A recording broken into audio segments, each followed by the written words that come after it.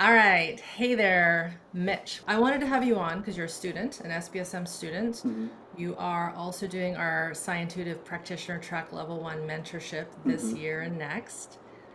And you are in the health world as a coach. Yep. And you have a story, a journey that I know you would love to share.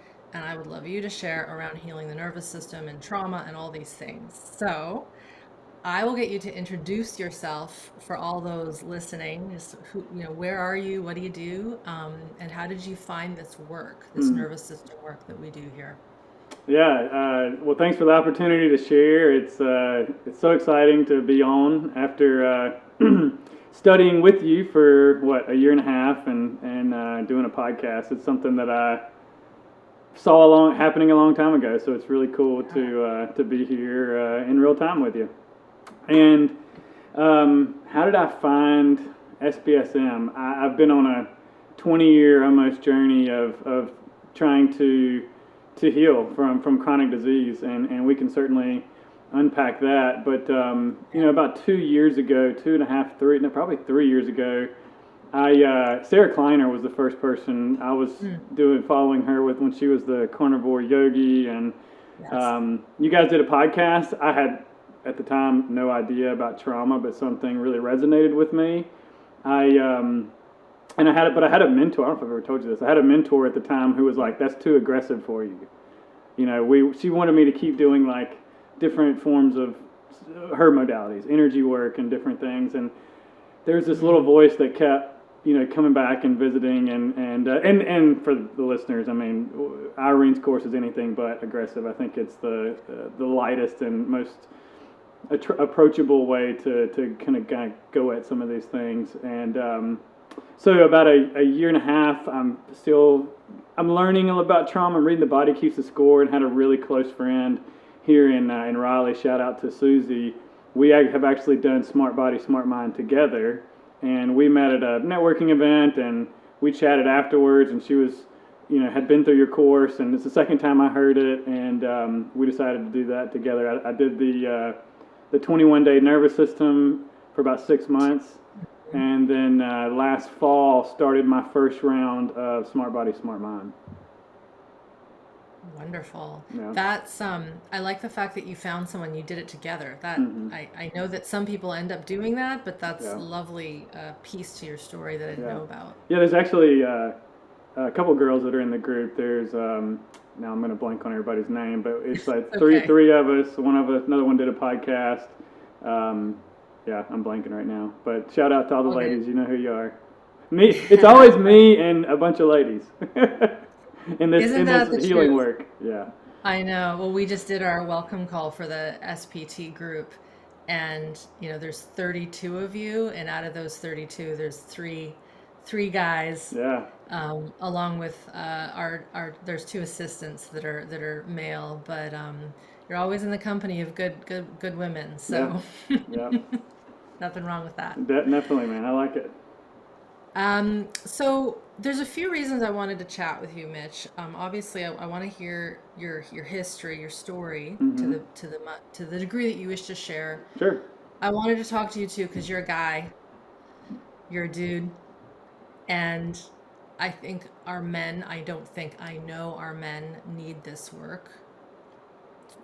I also know that you've been working through this journey of trying to figure out how much, Yeah. how little, that call it kind of Goldilocks dosage for doing this work, and we've had Definitely. a few back and forths around that. So do you want to just give everyone a history of, like, what it is that you've been struggling with? Because most that might look at you and be like, oh, he's a fit guy, he's personable, he can talk clearly. What could possibly have been going on with him and his history? um, so just give us an overview. Yeah. What have I been dealing with? I'm happy to tell as much as you want. So Let's do jump it. in.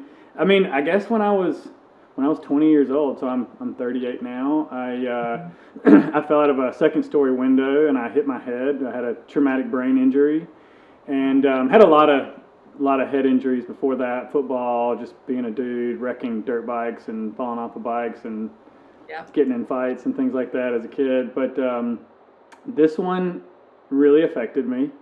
And I started having panic attacks, started having generalized anxiety, broke out in autoimmune plaque psoriasis probably about 6 months after that, and just felt so uncomfortable in my skin. I went from being, I was a social chair in my fraternity. I loved being social. I was the life of the party, the wild man, the one who, had no problem, stepping up and being loud and connecting with people. And all of a sudden, I was a shell of myself. I was constantly walking on eggshells and couldn't breathe and would have like vertigo. And, I just thought I had a bad brain injury. And, that's the story that I told myself. For the next 20 years, I was looking for what's wrong with me. And, through college, I went and saw a skin specialist, for the skin stuff. And, they're like, you have, autoimmune, you got to take autoimmune suppressants. And I did that for a while, and that just didn't feel right. I stopped that. They gave me anxiety medication and for the anxiety, and kind of sent me on my way. And at the time, I was thankful to have it to help me sleep. I mean, I couldn't go to bed. I still have trouble sleeping, and that's something that's definitely gotten a lot better. But they didn't have a lot of answers for me, and so I dove in and said there's got to be a better way. And that's what I started. In college, I had a hippie roommate that moved in, and he's like, "Man, we got to eat organic food." And I'm like, "What's that, dude?" So and so next thing you know, I'm going to the farmers market and hanging out at the co-ops and making smoothies and cooking, and really found that the better I eat, the better I feel. And so it's just been a leveling up of finding these different things that helped me. And that would be the beginning of, well, let's say I went into the corporate world. So with all this stress, I was there for 7 years. It got so much worse, and I moved into a house that had black mold in it, and I developed Lyme disease. I was there in that house for 2 years, having these crazy neurological symptoms, and also experienced a lot of stress at work and not sleeping, and a lot of conflict with my family. I was working for my family business, and I got to a point where I realized that if living in this environment or working in this environment, I should say, I'm not going to heal. And so I was doing a lot of functional medicine at the time, and we got out of the house. We reversed the mold, the diabetes. I had diabetes too. I was diabetic and overweight. I was probably 220, 230 at one point. Had a lot of metabolic issues, more like pre-diabetes. But heavy metals, everything was just kind of off the charts. And let's see. Oh yeah. So I leave the corporate world. I fall in love with health and wellness because things are helping me, and I became a health coach. And I just want to share a lot of the things that I have learned along the way. Yeah. And started a business. Met this chiropractor that was into a lot of the things that I was into, and loved coaching people. And moved to a bigger city. Moved to here in Durham before we moved to Raleigh, and I got hit by a dump truck. I was going to see a client, and Oh my God. I texting and driving, so nobody don't do that. Wow. I was really fatigued and tired from not sleeping, and I think I looked down at my phone. That's all I remember, and I woke up in the hospital. Oh man. And so then, go ahead. Mitch, can I just pause you for a second? When was this? 5 years ago. 5 years ago. 5 years ago, yeah. So you had the fall out the window in your 20s? I was 20 years old. That happened. The car accident happened when I'm 38. That happened when I was probably 33. Yeah. Okay. Yeah. So I want to highlight one thing here. And this theory, but in one of my, I want to address this for those who are brand new here and coming across this video. I have a video in one of my free series, the Healing Trauma videos. It's video number 1, I believe, where I talk about these scenarios where someone is going along pretty okay in their life. Oh yeah. And okay, and okay when we look at it in retrospect, it's like, actually I wasn't probably okay when I was 20 or 22, but I was fairly healthy, quote unquote. But what'll happen is there'll be an accident, like a head injury or a car accident or a death in a family or something really intense stress wise, and it throws our system completely into what is dysregulation, but it was already there, Oh yeah, yeah, right? yeah, It was already there under our functional freeze in the conditions of just Western living. yeah. And so while I have no doubt you had a traumatic brain injury after falling off out of was a two-story, 2 stories. Yep. yeah, for sure, all the other things that ensued after the psoriasis, the autoimmune, that was kind of, it's like a sleeping giant Yeah. got woken up, And essentially. that's what your course did for me is always takes me deeper. And I was like, Yeah. what's wrong with me? What are all these things? That shock, and I'll tell even more, but that Yeah. that shock trauma unlocked all the dysregulation that was underneath the surface from Of childhood course. that I was Of course. completely unaware of. Of course. You know? And I think this is I think I don't want to put guys in this pigeonhole them, but often it's like, I got no trauma, nothing's wrong with me.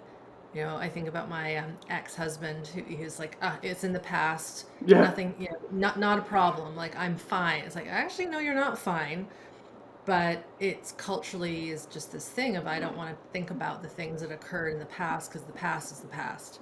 Oh yeah. I mean, I remember reading Body Keeps the Score, Hmm. and having like, all these, oh man, this stuff's awesome, and then it getting to the childhood trauma part. Irene, I turned it off. I was like, I don't want to hear that. My childhood was awesome. Denial. And there was some things that were awesome in my childhood, and there were some shitty things in my childhood. Of course. You know, Of course. We can get but into those later. yeah, sure. So, and then the other thing, is, and this is everyone here, when we've had an accident, like you had that first shock trauma, plus all of your, it sounds like contact sport, football, etc. Hmm. If we don't work on these past shock traumas, the universe has a sick and twisted way of giving us another one on a silver platter, Oh yeah, and another one, and another one, and then it gets to the point where the platter is so huge that we have to hold it because we can't ignore it anymore. And it sounds like that car accident that's not where you were even the hit by. worst. It got worse. Oh, okay, so I got more. there's another one. I was like, you Okay. want to hear more of the platter? Yes, I want to hear more of the platter. So it's a poo-poo platter. Isn't that when you put everything on I it? think so. But yeah, so car accident. I was had post-concussion syndrome, which probably could be more of like a freeze now that I'm looking back. Meaning, I went from I was in the best shape of my life. I was probably working out 10 times a week, Hmm. running obstacle course race at a drop of a hat, not practicing for it, training a lot. Anything I could, I used to tell myself I was like, or call myself like an adrenaline junkie. I think that's what we have, some of that in common. I think we'd We love to do. ski together. I used to tell people, Wow. this is kind of funny. I used to say, my favorite day would be like some nitro cold brew coffee, some sativa, cannabis, a double black diamond, and like some loud music in my ears. That's where I felt a flow state. I felt calm Yeah. in that. I felt good in that. Yeah. Yeah. But Yeah. so after the accident, I had post concussion syndrome for like a year, which basically Hmm. meant not being able to walk more than 15 minutes at a time. My nervous system would just shut down.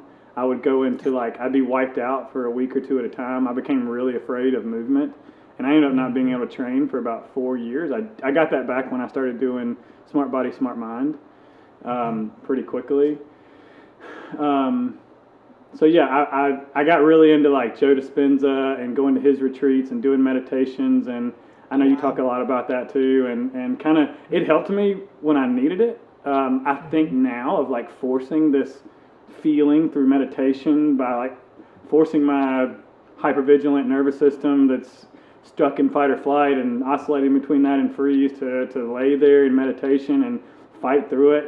That's kind of that's where I versed the diabetes was fasting. There's these cathartic, these Right. hard things that I would do, yeah. But so for like a year, I dealt with that. I got better, And then I started exercising again. I remember going to the gym, and this guy's like hawking up a lung. It's 2020, and I got COVID.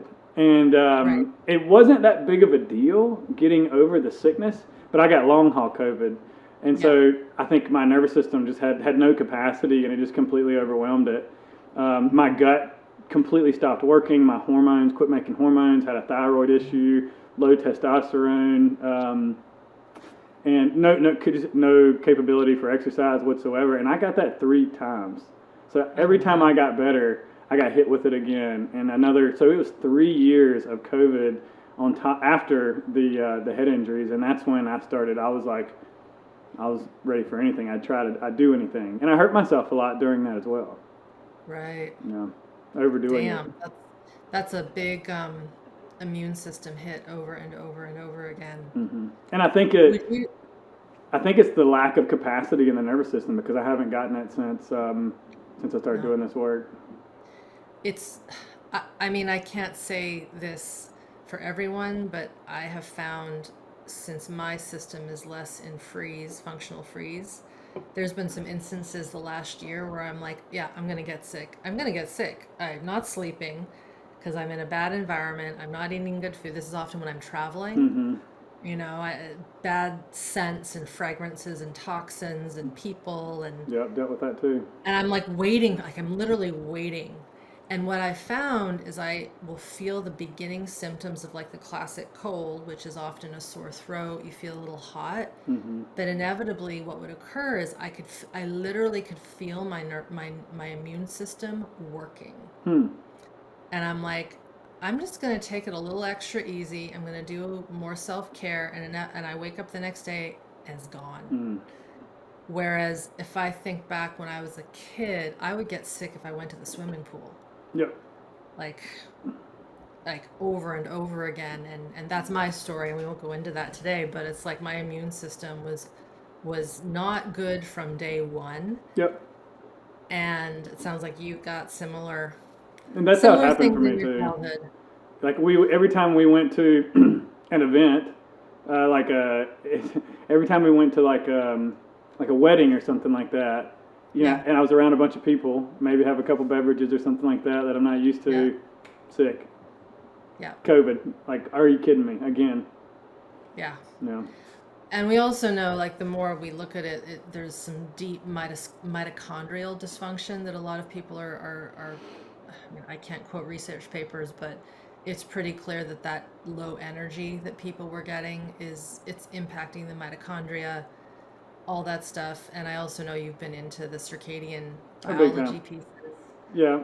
I definitely had the mitochondrial stuff going. Mitochondrial, gut, hormonal. I mean, you name it. I went down. I'm 190 pounds. I went down to 140 pounds. I could not eat food. Period.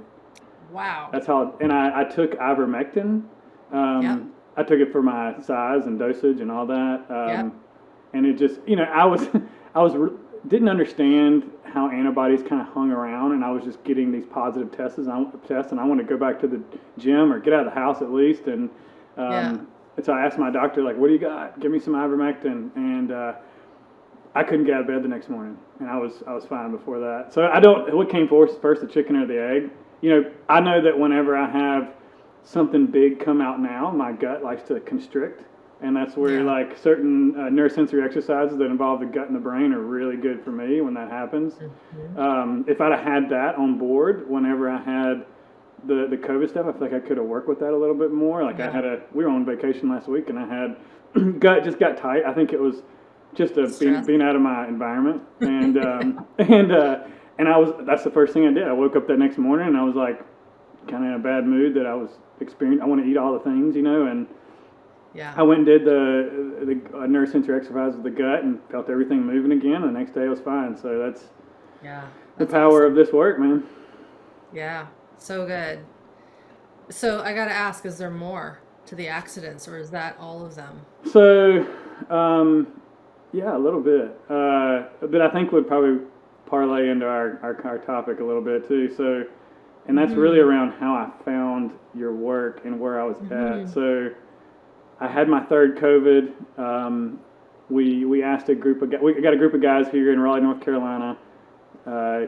Guiltless plug for Men on a Journey. It's just a safe place for men to come together to chat. And Irene, I was reading The Body Keeps the Score. The only thing I knew about trauma at that time was, I thought that mental illness was a result of nutritional deficiencies. And I was like, oh, these guys that are mentally ill in this group, I'm going to help them like get healthy. And they helped me identify that I had a lot of unresolved trauma. And one of the guys pulled me aside and said, like, hey, man, you reading that book, The Body Keeps Score? I'm like, yeah. He's like, that's you, bro. You're the one that's got the trauma. I'm like, really? He's like, yeah, it's the way you answer some questions. Like, let's get some help. And that kind of started a journey. And I'll say this, too. This is like what I thought was kind of interesting that I've been through since then that I don't think I've ever told you about this. So as I started doing this work, we know that a lot of stuff can come out. Right. And so I was in a place where I start doing SPSM or I start doing 21-day nervous system. I'm exercising again. Like everything started getting better. My health changed so much. The things that I never thought would come back. And so then came this intense activation, anxiety. And, the only thing, I'm on testosterone. I take testosterone replacement therapy. I think it's great if you need it. If you don't do it. Sure. But that's the only thing I wanted something to blame. And so I went off. The activation was so intense that I came off of testosterone under a doctor supervision, and realized that it was never the hormones, that it was my nervous system. And so for about 6 months went off, and that was hell. And back on that and doing better. And it's like I kind of had to see it. I had to see what was causing this activation, and I had to take everything off the table and see that it was me. And it was some freedom in that, and also, aware I'm in the right place, and I'm so thankful to have the tools, and I got some work to do. It's interesting that the guys in that group called that out, or they could see it. Mm-hmm. And you had mentioned that it was it you said the way in which you were answering some questions. Did I get that right? Yeah, it was, and it's kind of like how if we have an inappropriate response or a exponential response to something in the present, it usually means it's triggering something from the past. Yeah. So I was telling a story about my dad and us working together, and they asked me how I felt about my dad, and I said something physical, like, I want to kick his butt, or something like that, and I thought that was cool, or something. I didn't know what else to say, and they were like, hey, man, like, come here and let me talk to you. And they're like, hey, that's like trauma coming out, and so, and he sent me to the buddy, great guy, sent me to my first therapist, and it didn't work out, but I found another therapist, and then I combined the 21-day nervous system as kind of an outline for my therapy, if you will, and I have a whole system and how that went down and what I can share or whatever. Sure. Hold that thought. I want to say something about the comment you made about your dad. I want to kick his butt, because just before we started recording today, I happened to peruse YouTube from time to time, if not daily, to see what's going on. And I was given, as they do, a video of Peter Levine talking about, it's a 4-minute chunk, and I'll make sure that we include it in the show notes to this. And he was talking about coming out of freeze. But his story was about working with a gentleman who came to see him, and this would have been in the 70s, when he was still doing more mind-body work, but he was starting to understand a little bit about what he was inventing. And this guy came in with intense jaw pain, tension, like so much tension in his jaw. Long story short, they tracked it down to the fact that this guy wanted a job, but he didn't get it. Someone else got the job, or it was a promotion. And he felt that he should have gotten the job, and he was so angry, so pissed. And when Peter titrated and asked the right questions and got him to put the story aside, what the guy wanted to do, he wanted to bite the dude that got the job. Now, as we know in our culture, it's not right to go around biting people if they take our job. It's also not usually common, if we're pissed at our parents, that we kick them, as you had said, because it's just not what we're supposed to do. As we know, though, if these anger pieces don't get worked with, it can turn into violence, because we know that. But that storing of the somatic, it's really survival stress, though. It's the fight. It's like, screw you. That was my job. And how primal is it, that the biting, Yeah. right? Aha. But that's the part that as we know, you had mentioned, you used to think mental illness is a nutritional issue, and of course nutrition plays a massive part of function, of course.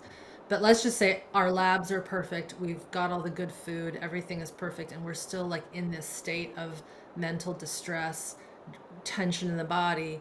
As we've found and as you've experienced, there's probably some fight flight that is unresolved that needs to get out.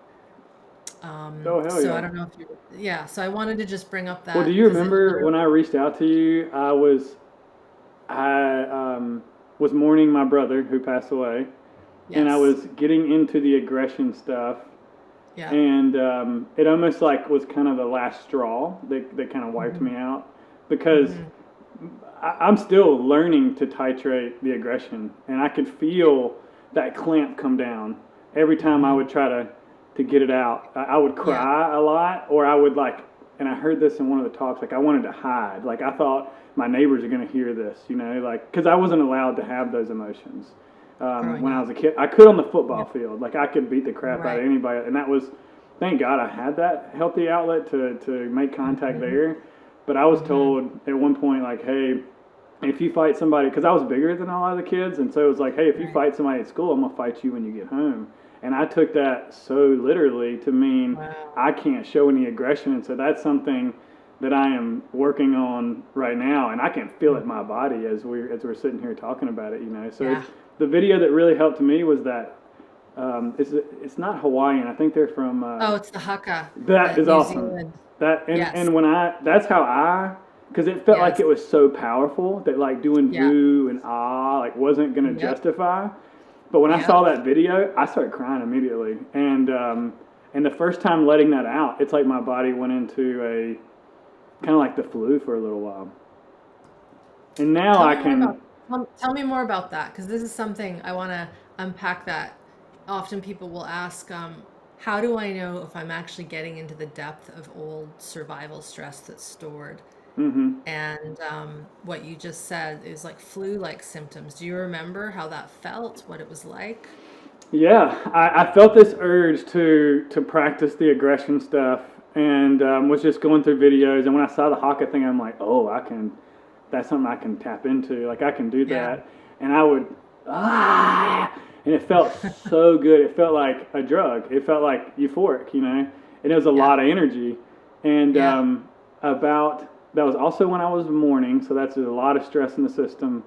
hmm And but I just kind of followed an impulse there, and it's like I don't know. You describe things like it popped, and it's like I felt incredible for like an hour, and then it was like, ugh, system shutting Yeah. down. And Yeah. I remember thinking, oh, I'm getting sick. I remember Mm. my throat. Oh, this is interesting. My throat hurt so bad, and hmm maybe that's because I didn't get to use that when I was a kid. But I've never felt like I had strep throat as a kid, and I was like, man, I haven't felt strep throat since I was young, and I was remembering Um, that. I was very maybe mm, disassociated where I had this story that like my wife was out to get me, and like I didn't want to talk to her that much. That I kind of kept my distance, which is weird. And yeah, I woke up and I had like the flu. I was wiped out, and I think that's when I reached out. I'm like, what the hell is going on? And yeah. for the next 2 weeks, that's when I started really grieving and just I was on the couch for a week or two. So for timeline, this was our recent connection where where you were like, what's going on here, correct? So there was one. I'm kind of getting confused. I think the first time we chatted, that's when that was going on. Recent connection was with the one-on-one SE where I was Yeah. like, hey, this is too much. I'm not really, or this Yeah. feels like too much. Is this what an Yeah. SE session is supposed to be like? Right, Yeah. right. Well, let's go back to the aggression thing, Mm-hmm. because this is like This is the thing that's so darn hard to explain Yeah. is like, yeah, you got to get the healthy aggression out, especially if you didn't get to express it when you were a kid. Thank God you had your sports, but it also sounds like the sports were a little over the top in terms of like, let's just go Yeah. destroy everybody on the Yeah. field. Right. That's so funny. That's a point right there because, and I'm realizing this now, how this like plays out. Hmm. Back then, I ran the football. Like I was a little fullback or whatever. And if I was, you want to score a touchdown. That's what Yeah. sports is about. So, but I wouldn't Yeah. score the touchdown. I would turn and go knock this kid out over here. So I wouldn't. I would run through. I would just, if there's videos, I was just running kids over. Boom, boom, boom, boom, running back around, running through them again. Boom, boom, boom, instead of scoring. And I noticed that I do that now playing golf, where like I'm playing with my buddies, and I'm just like my back's hurting afterwards, and I'm not trying to play the game. I'm trying to just crush the ball. And I'm like, oh, there's like, and so maybe that is signifying there is a lot of that fight flight energy that's wanting to get out. That's my sense. Yeah. And it needs to come out. And it might be that when you get a big burst of it out, as you said, you felt sick and fluey, and Mm. this is where you have to really know your body, because someone might say, "Oh, it's a virus, it's a whatever." It's like, well, Mm-mm. one might say that all of that shit, pardon my French, is a detox of something. I agree with that. Right? And I have many theories in my head that I think about in terms of where these symptoms come from. But even just the other day, I've been getting some body work on my own system for injuries that are too many to count. And finally working on my arms in a way that I've never had the chance to work on because the focus has always been on my knees and my legs and my Mm-hmm. ankles. And often after some of these deeper bodywork sessions, I feel fluey, I feel fevery. Herxheimer And reaction. yeah, and I'm like, oh, this shows that my system has actually released something so old and so bound. Yep. This is good. And then that's the key where it's like, I got to take it easy. I might still get some work done, but I'm not going to push it. I'm going to be slower. I'm going to make sure I drink lots of fluids, get my electrolytes, have a bath, because that shows there's an opening for healing in that moment. Mm. It's like, you better let this integrate, and not so much think of it as, oh, what have I done wrong? Right. That's the old But way of, that's the trauma speaking. yeah, and I get it. Like, it's like, oh, what have I done wrong? I don't feel well. And this is where the symptoms actually can give us information. Mm-hmm. So, I always put my questioning hat, like, oh, if Mitch had done a little less anger work, Mm-hmm. would he have had more capacity and he wouldn't have been out for the count on the couch? But maybe that had to happen because if we think of our past traumas, all the times we never got to be angry, be sad, show ourselves, like that's a lot of work to do in one little sitting. Mm. So it's like, yeah, of course the body needs some time to rest because it just processed a whole chunk of stored aggression from my entire toddlerhood or childhood or whatever it is. Yeah. Am I making sense No, there? I'm making some connections to some of the stuff I was telling you before we got on the call with some Ah, anger cool. coming out and some symptoms that have shown up since then. I'm like, oh. And I think that's what the cool part of the thing that I love about the healing process is having these old symptoms come back up, but Yeah. seeing like the silver lining in them, and it's almost like that's the thread that pulls you out of the activation or out of the freeze or back Yeah. into a more window of tolerance. Does that make sense? Makes complete sense. No. It also comes back to why education is so That's important. everything. Tell me more about that. Like, how have you experienced getting more educated, helping your process with all this? Oh, well, I mean, in the past, the way that I healed was very biohacky, Hmm. very overriding. Let's cut out macronutrients. Let's not eat for days. This is going to fix my body. And it's an assumption that something's wrong with me. Then that goes all the way back to the childhood stuff. Okay, so if my environment, my caregivers failed me in one other way, shape, or in a need that I have, it's so it's impossible for me to accept that this environment, my caretakers failed me, and so what am I going to do? I'm going to put it back on me and say that I'm bad, and that's going to follow me out later in life to where if I didn't have the education, when these things that have happened in the past, like let's say a big activation, the education is what kind of the higher brain, as you would say, pulls me out of that like freak out mode and allows me to kind of slow things down and look under for what are the emotions that are coming up, what are the triggers, because I think the body is always trying to communicate with us, and it's if we're going 100 miles an hour, we can't see it. So having that education in those moments when it gets tough, when it's a hard day or a symptom pops up, that education pops in the head and goes, oh, remember this thing that said this is okay. Like, I'll tell you this one. When I started learning about my childhood and some things that didn't happen for me, it kind of felt like I was making it up, like it wasn't real. And it's almost like I couldn't believe it.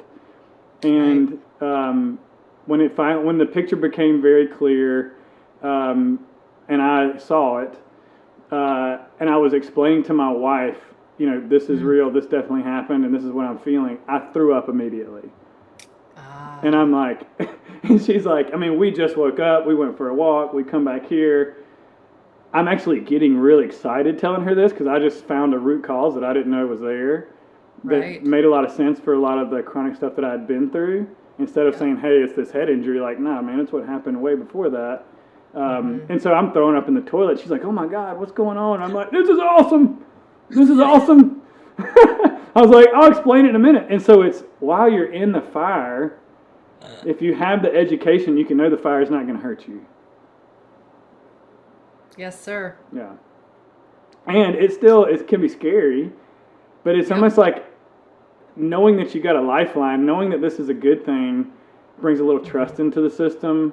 A lot of times a little bit of ease, and I think noticing that relaxation, that opposite of activation, whatever you want to call it, I think that's a big part of the healing process too. And so the education for me, I'm a intellectualizer. I like to think my way to safety is what I've learned.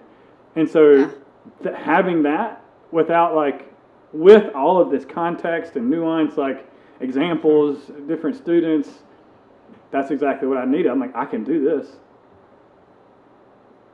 The nausea, throwing up thing is a very common thing that I think people get confused with. So I'll just speak to it because someone might be like, what? Like, why is that good that he was throwing up? Yeah.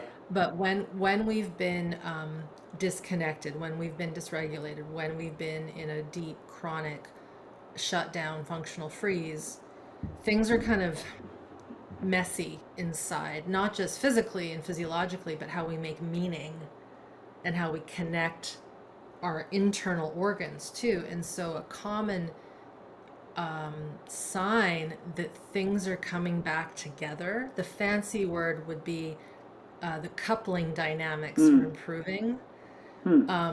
So a classic sign of things that are undercoupled becoming more properly coupled is nausea. And back to my example of getting my soft tissue worked on my arms, I knew that we had hit the right spot because I felt kind of like there's like a disgust. Yeah. And disgust is a primal emotion along with fear and anger and happiness and sadness and surprise and all of that. But we leave it out often. But when we feel some disgust, that shows that we're actually getting to the core of potentially old toxic shame. Bingo. Yep. And people will often say like, oh, so should I like try to make myself puke? It's like, no. Unfortunately, I did that in college. yeah, for other reasons. But there's like, until someone's in it, it's almost hard, Mitch, for me to describe it because that vomiting, nausea, visceral reaction is so primal. And if you don't know what that's about, or if you haven't done the capacity to be able to heave, because when you puke, it's a massive physiological response at the autonomic nervous system level to expel food from the stomach Yeah. and liquid from the stomach. It means a massive shift has occurred. Anyway, I wanted to touch on that because sometimes people don't know the connection between nausea, puking for no reason, trauma, toxic shame, and things actually coming together. Of course, you don't want to be doing that every day, No. but here's a question. Did you feel before this puking thing happened slight nausea, or was there no hint of it? It just came. It was so quick, like, and for a long time I tried to figure it out. Like, I had some water before I went on this hike. Yeah. I took, a ketone ester. You know what that is? Like the ketone. I took Sure. that. I drank it fast. I was trying to make all of it together. There was no nausea. I was sitting there. I was just like talking to my wife on the call, learning about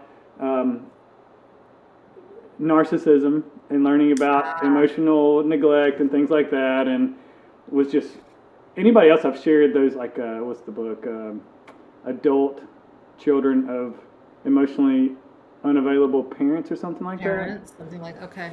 that was a good one for me. And it's like the writing was on the wall, and I was just like, there was enough evidence that I was ready to talk to to have the conversation with my wife, because we were kind of going like, did this really happen? Were you really? And there's no way that you were treated like that actually happened to you. I see. And I'm like, yeah, I don't know, like, and I think it was, yeah. it was just like, babe, like, this happened. There's no guess. There's no question. She's just going, okay, and I just go, and I run in the bathroom, and I think that having that knowledge, I would have been freaked out if the hypervigilance, what's wrong with me, what's going on. I think the education is part of the cure for that. It's hey, the more you know, like you would say, that higher brain can get in, and instead of going with the old story of something's wrong with me, I've done something bad here, maybe this is a good thing, and that's huge. Yeah. And what you just said there is kind of the ticket. Is there something wrong with me? Because when we've had emotional neglect or direct verbal abuse, it doesn't have to be because a lot of people like, oh, it wasn't a physical abuse and it wasn't sexual abuse, so it's not as bad. Yeah. And we know that that's not true. We know that actually the emotional neglect, the verbal abuse, the gaslighting, and like you said, having parents or a parent who has, let's say, narcissistic tendencies, but let's face it, that is a result of unhealed trauma. Yep. We know that. Yep. Simple as that. It makes us feel disgusting. Like it's like, what have I done wrong to deserve such poor treatment? I'm just a human here. You're supposed to be my parents. You're supposed to be protecting me. And one thing I've seen, Mitch, because I watch a lot of podcasts, as I know you do too, and you check things out, is you'll have people talking about trauma and how we have to heal our trauma, and inevitably in the comments, and this is more in the bro podcasts, it's like, dude, like, you're fine, you didn't grow up in a war zone country, you don't weren't have beaten scars. Yeah, you weren't sex trafficked, like, sure, your daddy talked to you a little mean, what no big deal. Right? This is where stoicism becomes toxic, in my opinion. Totally. So these little people, these children that are being just mistreated in a way that it's like, it makes them feel gross, and then what happens? They have to shut it down. It's like, it's not there was no big incident that was like, oh, this is the thing. It was a death by a million cuts. It was the everyday interaction of and not feeling like I'm good enough, and then, okay, so then I'm gonna fix me, and I'm gonna, so that you'll love me.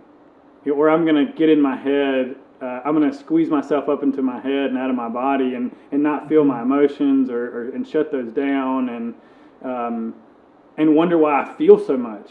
It's like I'm feeling everything through one emotion. The only one I can feel is anxiety, and that's what the course has helped me do, is I think it's uncoupling and being able to see all the emotions that are really under that sensation and working with that, to give it an avenue to come out, or just be present with it. And really just accept it, like, be okay with it, like, stare into the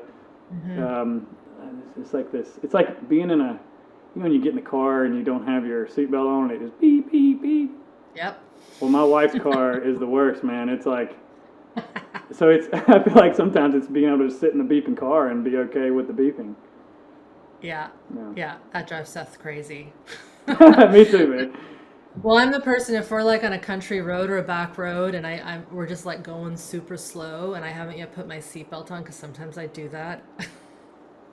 He's like, "Oh my God, put your seatbelt." I'm like, I will. I'm Yeah, getting it. yeah, same. And but sound like repetitive sounds that aren't good like drive him nuts as a Hmm. sound engineer and as a musician. Yeah. And I can like just I can hear the thing and I just can totally block it out of my memory or out of my mind and be like, whatever, I can hear it, but I'm still focused. Totally, I get it. Um, Personal question. Do you mind sharing the memory? Like, what was it that was going on that led you to need to protect yourself In what when you were situation? young? When I was young? Well, like you said, it was death by a million cuts. Was it just a Yeah, general I've toxic shame?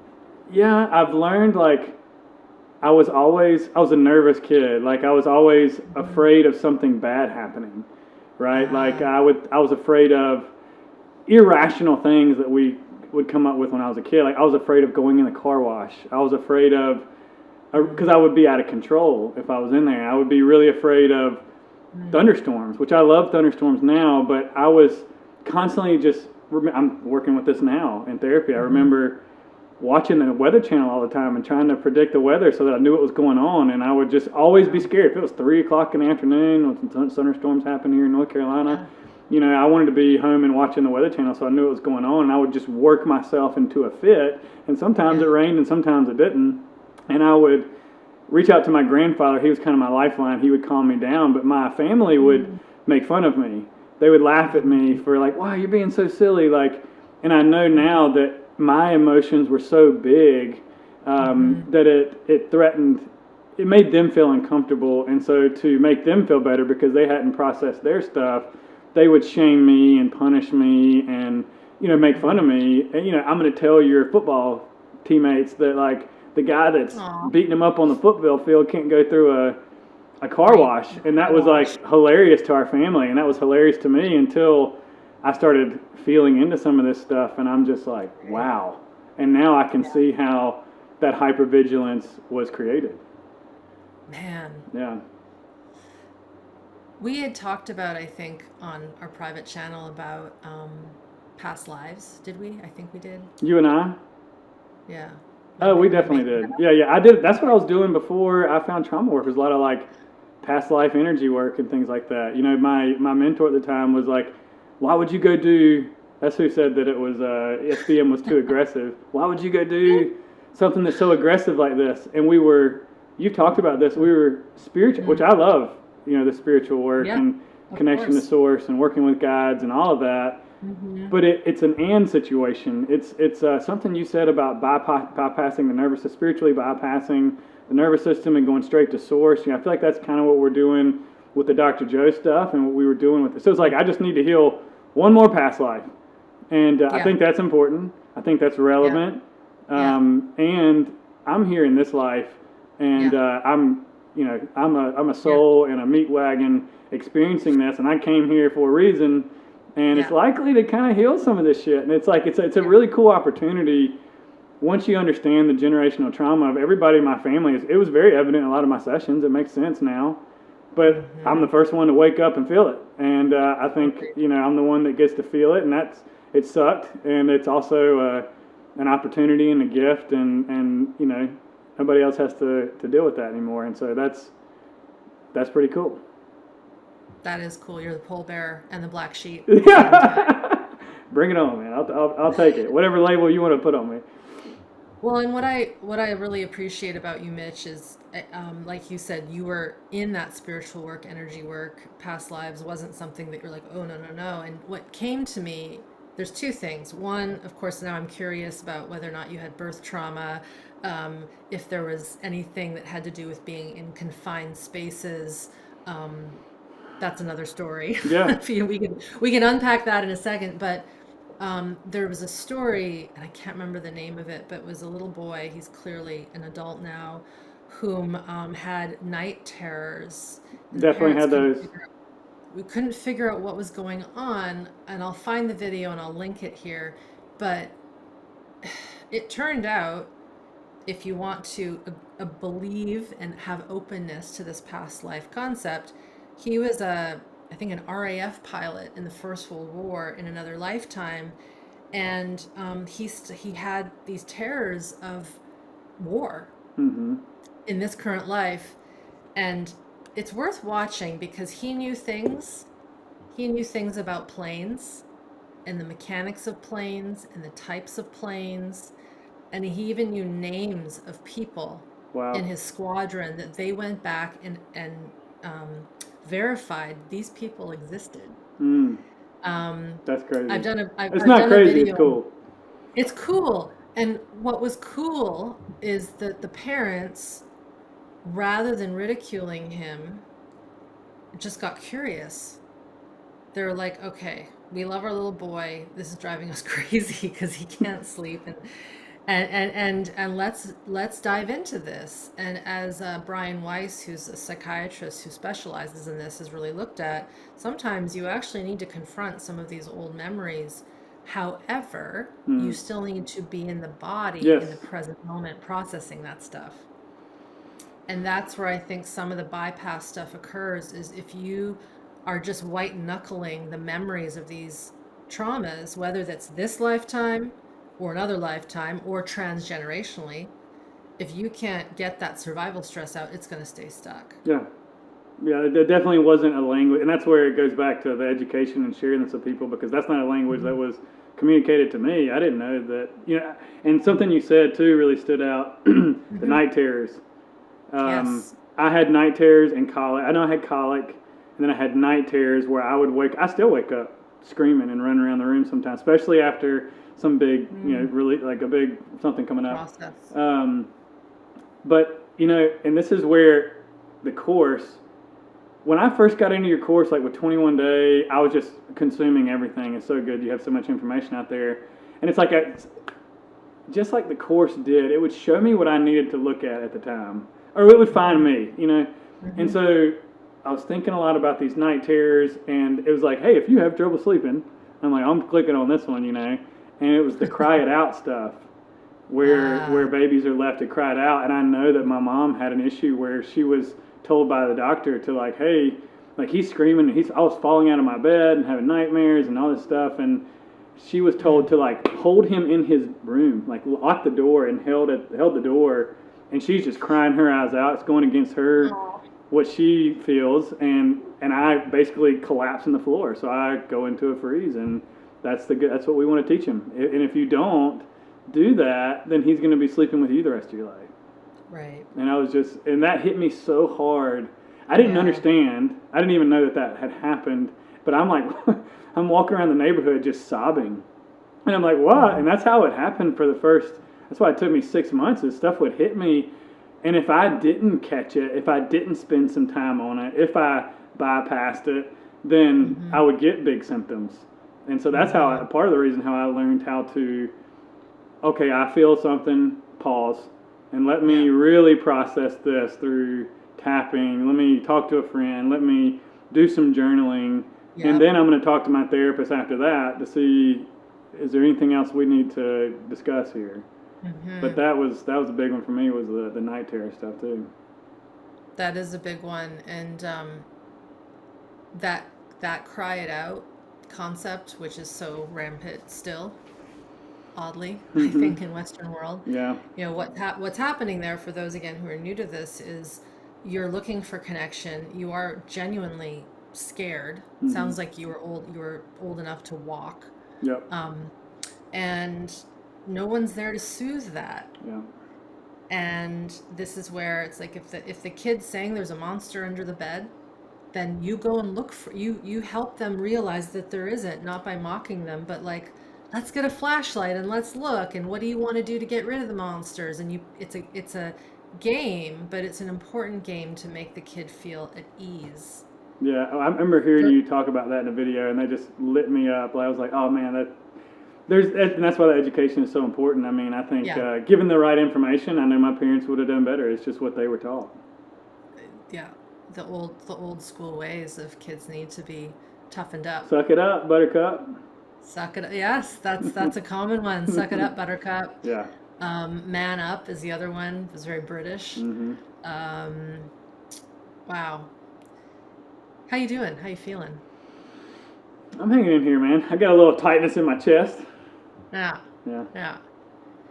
Got Any? to sit with that in a little bit. Yeah, no, I just wanted to check in because we're talking about a lot of events. Mm-hmm. Um, Tell me what it is that you are looking forward to in your future with working with people. Because I know you work with people right now. Well, As you it's so get interesting you more, asked yeah, that yeah, because, please. gosh, I don't know what the hell or where I'm like this is terrible promotion, but um, It could be, it I'm might me, be. man. I'm 100% me, and you know how I help and who I help has changed so much over the years, and it's changed over through my journey. Mm-hmm, You know, initially it was exercise and nutrition, and mm-hmm, got really into like quantum physics and you know the unconscious mind and doing these little tricks and hacks and things that mm-hmm, again they were useful at the time.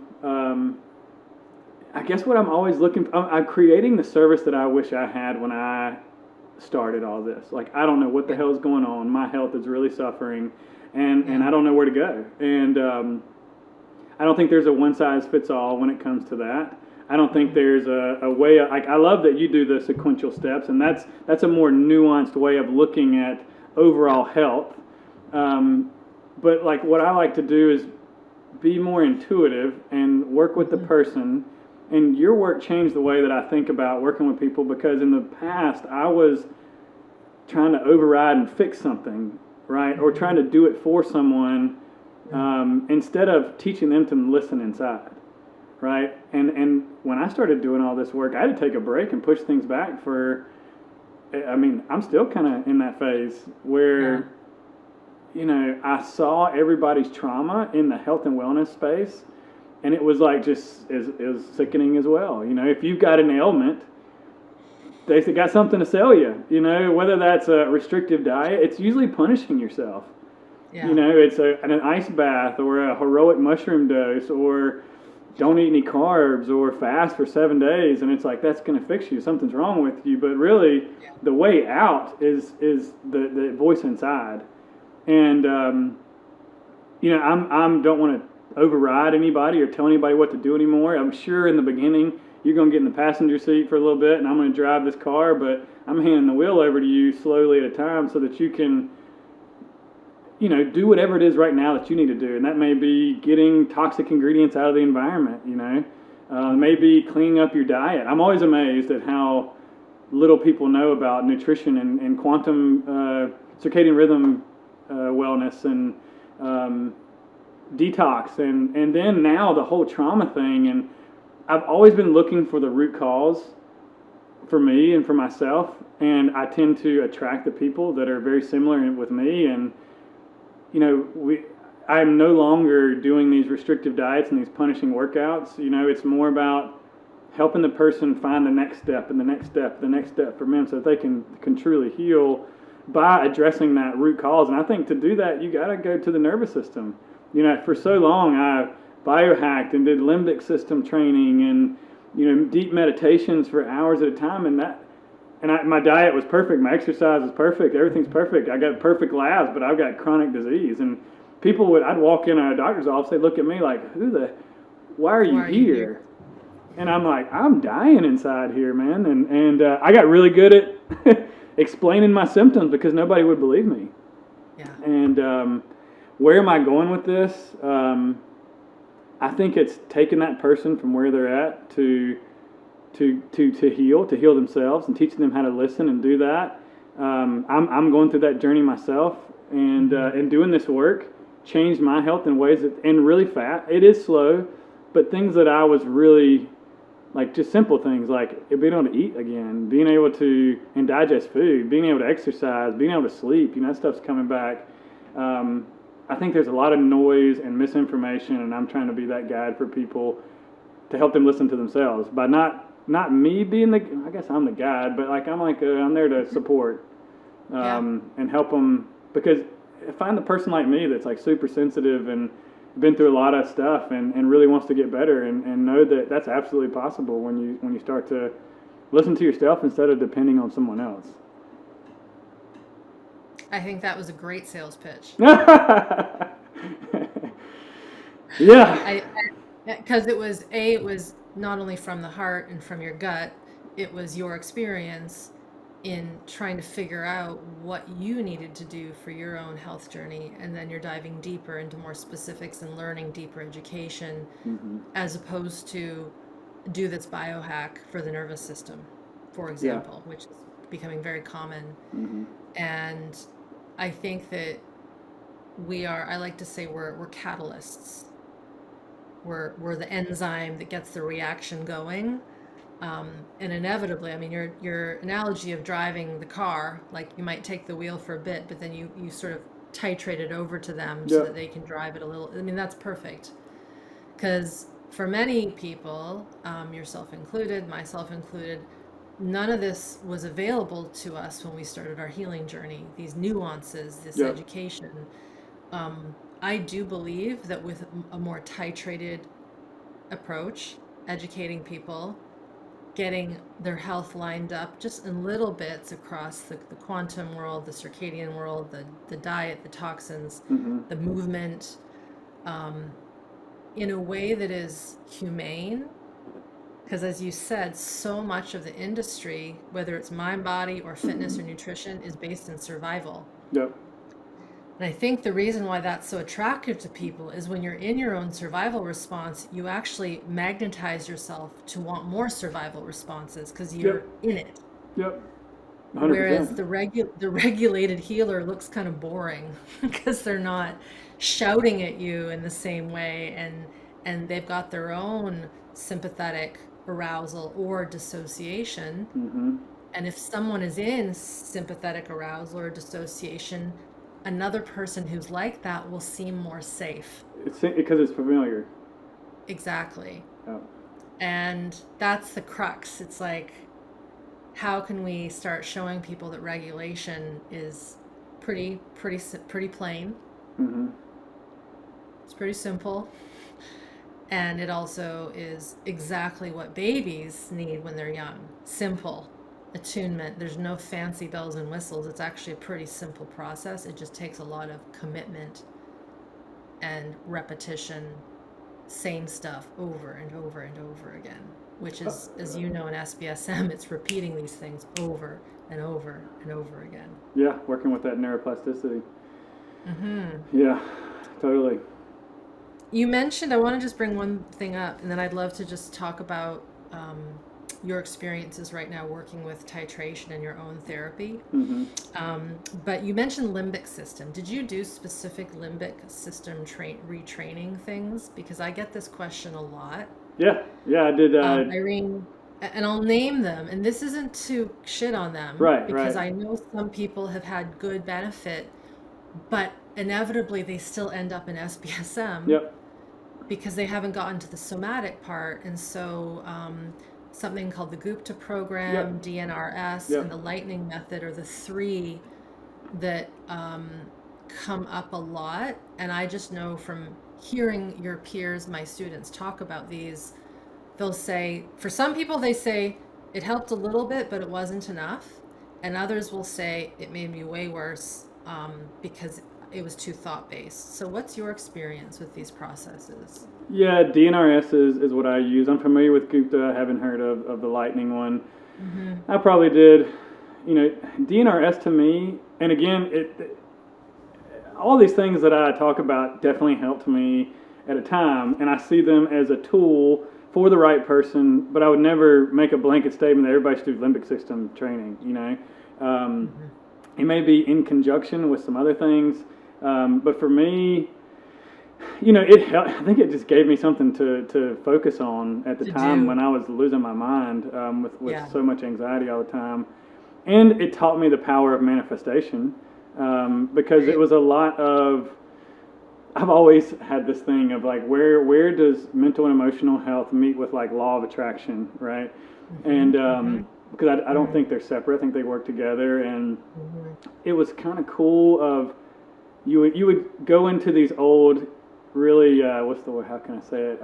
Exciting memories with a lot of emotion, and then Okay. you would also project that into the future and create moments where but you're really forcing a very elevated emotion of like joy, excitement, gratitude, whatever, onto yourself. I Mm-hmm. mean, for me at the time, it was a nice little break from Yeah. all of the stress. And there were some cool things that I did where I would predict how something I was afraid of coming up, like going on a trip, how that would work out, and it would work out pretty close to that. Yeah. And it felt like, I talked about Joe Dispenza. Again, well, Joe's one of those things as well. It really helped me when it did. Mm-hmm. It felt like kind of a daytime, not meditating Dr. Joe thing of Okay. creating these ecstatic emotions and really focusing on what you want, which now I would say is really not acknowledging what is. In the system, it's really an override. It's pushing that back in, and so it was thinking a lot, and so I can see Yeah. how you saying that makes me think, oh, I'm gonna love that. Yeah. So it Yeah. had its place, and I did it Yeah. for off and on, and was the star client on the group calls for a while, and Right. that's usually me. I'm the person that's can feel the most and get results, and then but again, it wasn't what I needed. It didn't Right. it didn't hit the root. That's what I've heard. And so that's good to just get your personal experience from that. And I think what you said about it gave you something to do Yeah. and it was a focusing. I Hmm. think that sometimes that's important. That's the same way we would focus on a resource Yep. or a hobby or journaling. Um, I have found that EFT was something that I did back in my earlier days when Yeah. I was struggling with intense skin problems. Yeah. It but did it ever get to the root of that stuff? Unfortunately not. It helped manage my state or create a state shift. Hmm. And as you know, and many of our students know, your peers, a state shift is not regulation, it's a Right. state shift. Yes, the faux shift, right? That could Yeah. be a punch in the gut later. You don't know until you get home, and then Exactly. what am I going to do? I'm going to go further into freeze and shut down because man, I did this thing that's supposed to be good to me, and all the stories that come with that. Yeah. Talk to me about your current discoveries in learning how to better discern the one-on-one work that you're doing. Yeah, so I started working with a somatic one-on-one practitioner a couple months ago. Just getting deeper into the program. I have a lot of like bodily sensations and things that I would like to work with, and I Mm. think you're going to call that like bottom up versus like top down. Yeah. So like Yeah. working with, I'm learning more about this like intellectualization stuff and how for me it's not helpful to just talk about everything. I'll be the star patient or client, patient, whatever. Yeah. But I'm not. But it's allowing me to, by getting into my head, I'm avoiding what's in the body, and so I really wanted to get into some of those sensations, and Mm-hmm. I'm kind of the canary in the coal mine. I went in and I started Mm-hmm. experiencing a lot. And I was excited to be moving the knee or to see a response. Yeah. Experienced some grieving over my brother. Definitely, that was Mm-hmm. great. It was necessary. It sucked. It was really Mm-hmm. hard, and I felt like I had the flu Yeah. for 2 weeks. But I was seeing change, and so I stuck around. And there'd be times when I would come in and I'd go from like a anxiety state to that all calming down, and then I'd have a big eruption in the middle of the night. And I thought Mm-hmm. all that was good, and what we were doing is kind of building rapport, Mm-hmm. but we weren't really doing the work. And we started doing the work, man, and my body starts going nuts. It's like everything that I had learned in the course, it's just bubbling up, And Mm-hmm. but what I learned is that it was really too much too fast, and Yeah. the mentality that I had was kind of like fasting back in the day. Like, man, if I felt good after a 24-hour fast, imagine if I went 7 days. I'm going to do more. I'm going Mm-hmm. to push through this discomfort, and that's kind of the feedback that I was getting. Is like, oh, it sucks. You feel like you're in the mud. You don't know what's going on. I mean, I was laying in the yard, completely wiped out for like 3 weeks at a time, Right. and then feel the best, most connection I've ever felt in my life. And those little tastes of goodness kept me questioning what my body was trying to communicate. That like, dude, we're doing too much again. Yeah. And I could have a Yeah. history of that. And Yeah. My system is very sensitive, even when it comes to like supplements. I mean, you would be amazed that like I can't take supplements regularly. I got to jump around. I've learned that how to titrate Right. that experience, and so Yeah. now I'm learning. I think we were talking about on the way on here. I think I'm titrating, learning how to listen to what my body's trying to tell me, and I'm lucky to have guidance and your course. To have you to talk to me, and you've been here, you've done that. And again, that's why the education is so important. It's hard to trust that stuff when you haven't trusted your body for so long, and you've been saying, shut up, like, suck it up, we're going to do this, and you're going to like it, and it's going to be better for us. That's a pretty mean way to talk to yourself. And when you can start to hear that, see those patterns, I think that's the opportunity for healing. Thanks for sharing that. Yeah. It's a journey of discovery and also needing to ask questions and get support and like, is this right? Yeah. And I wanted to ask that question because the goal of a good somatic practitioner, and I don't even like using that term because it's just been butchered, that word. People like, oh, I've been doing somatic exercises, why is this not healing? Or I see a somatic practitioner, this is what they do, and there's there's no real definition of what a somatic practitioner is yet, in my opinion. Even though I call myself a master somatic practitioner, it's because of all the training I've had. But what I said to you, it was before we started recording, was if a practitioner goes into a session with their client, student, I like to call my people students, not clients, and if they have an agenda, if they're like, I'm going to do this set of techniques today because I just learned about them, this happens. You'll go to a workshop and you'll learn all these new things, techniques, things, holding patterns, tactile manipulation, if you're really working with touch, and you want to practice them because you just learned them. Yep. And then you get your client, your student in that day, and it's clear they just need to sit in a chair and talk and have little bits of dipping into sensation. Yep. And that's enough. But because you want to practice, you put them on the table and it's like, let's try these techniques with Mitch today. Yep. But maybe Mitch doesn't need that. Maybe had he some of needs that. this. There was one particular situation where I talked to you. I thought I had jet lag going to Hawaii. I'm like, Irene, have you ever heard of this? Like, dude, I couldn't function. And but then I felt awesome, so I'm like, yeah, I guess whatever. And I went back in and did the session, and I was sharing like how overwhelming it was for my body and how awesome it was coming out of that experience and the connection that I had. And she goes, well, it's about time that we try this technique. And so I remember thinking like, I don't know, man. And that's when, after that, I think I called you back and I was like, okay, this wasn't jet lag. This was definitely the session. Too much. And it shut me down. And I also say this, like, what makes me want to go back and find someone else to work with and maybe work with this lady another time. She's awesome. Just wasn't for right now. I think that's what you got to, it's all about you. That's what I do with my clients. I don't care about anybody else. I care about you. It's kind of like trying to meditate on your own. Maybe you've heard a couple people give some instructions, and then having someone guide you through that and hitting a spot that you're like, oh my God, I didn't know this was available.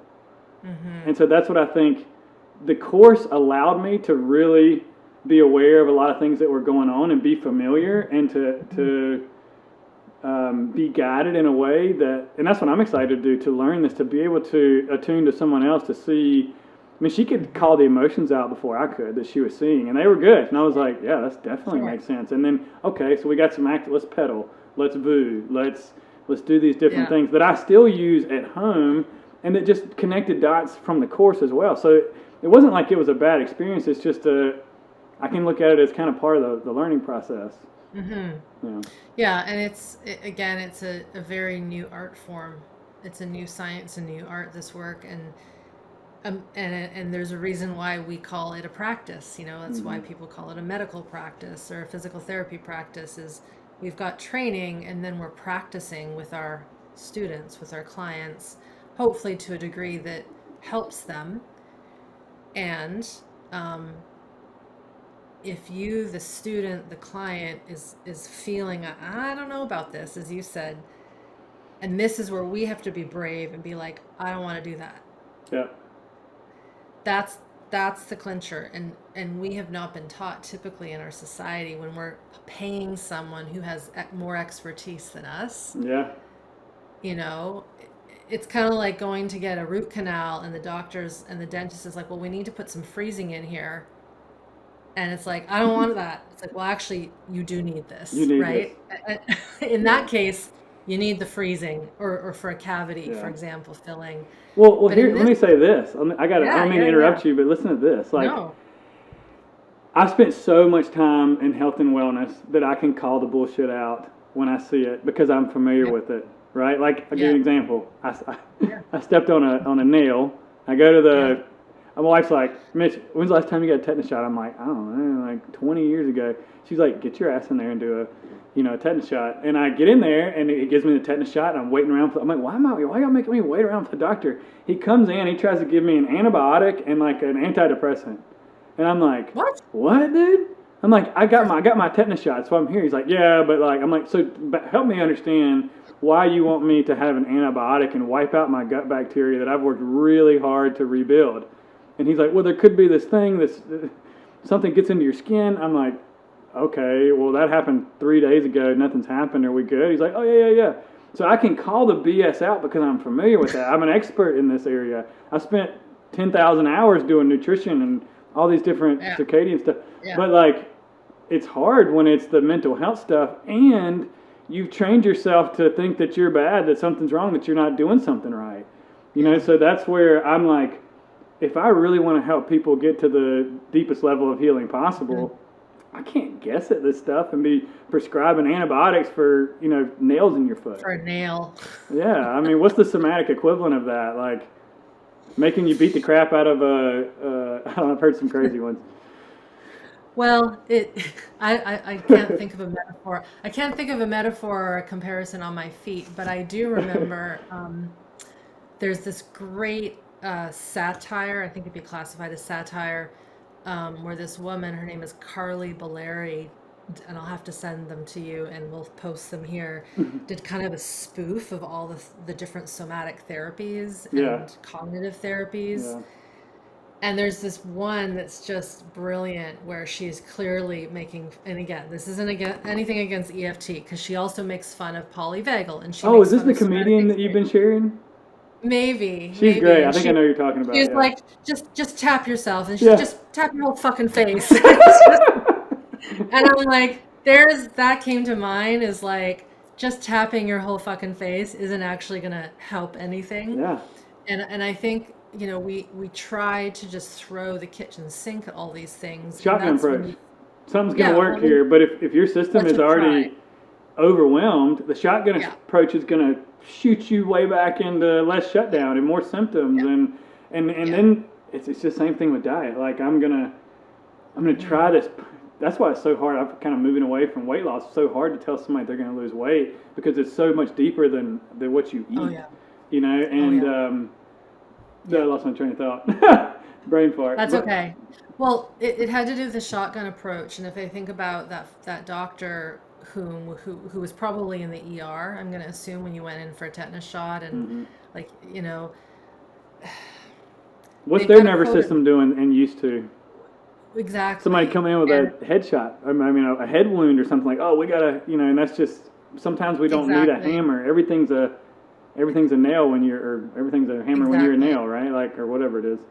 Yeah. Well, and if I have got a medicine cabinet of pharmaceuticals I've never taken, because I've had many surgeries, and I've had 2 in the last couple of years for my knee, and they always write you a prescription for the opioids, for the pain, for the Tylenol 3s, and I actually fill them because I'm like, could be useful to have these if I should ever really need a Yeah. pain med. Sure.